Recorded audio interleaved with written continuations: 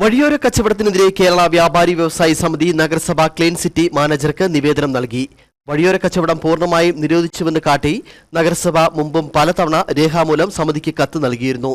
എന്നാൽ നഗരത്തിൽ വഴിയോര കച്ചവടം തകൃതിയാവുകയാണ്. ഇത് മാനദണ്ഡങ്ങൾ പാലിച്ചുകൊണ്ട് വ്യാപാരം നടത്തുന്ന വ്യാപാരികളെ അടച്ചുപൂട്ടലിലേക്ക് എത്തിക്കുന്നുവെന്ന് നേതാക്കൾ പറഞ്ഞു.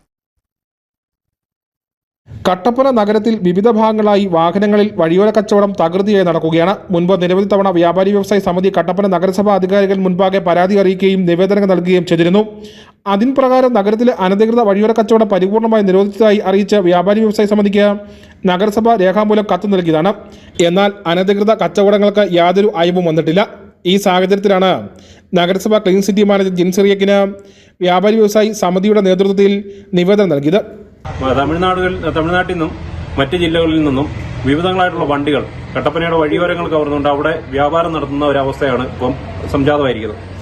അത് ഇവിടുത്തെ കട്ടപ്പനയിലെ വ്യാപാരം നടത്തുന്ന എല്ലാവിധ നിയമങ്ങളും പാലിച്ച് വ്യാപാരം ചെയ്യുന്ന വ്യാപാരികളെ ഗുരുതരമായി ബാധിച്ചു. നഗരത്തിൽ അന്യസംസ്ഥാനത്തു നിന്നും മറ്റ് ജില്ലകളിൽ നിന്നുമായി പകലും രാത്രിയിലും എല്ലാം നിരവധി വാഹനങ്ങളിൽ വ്യാപാരം നടത്തുകയാണ്.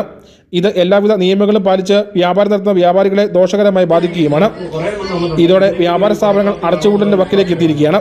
യാതൊരുവിധ ലൈസൻസോ അനുബന്ധ രേഖകളോ ഒന്നുമില്ലാതെ വ്യാപാരം നടത്തുന്നത് എന്നതുപരി നിരോധിത ക്യാരി ബാഗുകൾ ഉപയോഗിക്കുകയും മാലിന്യങ്ങൾ പൊതുസ്ഥലങ്ങളിൽ വലിച്ചെറിയുന്നതും പതിവാണ്.